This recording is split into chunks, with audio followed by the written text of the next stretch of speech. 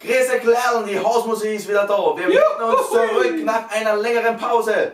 Und jetzt gehen wir es an mit einem richtigen, urigen Stubenmusik-Stickel. Und zwar, grüß dich Gott, Frau Wirtin, auf geht's!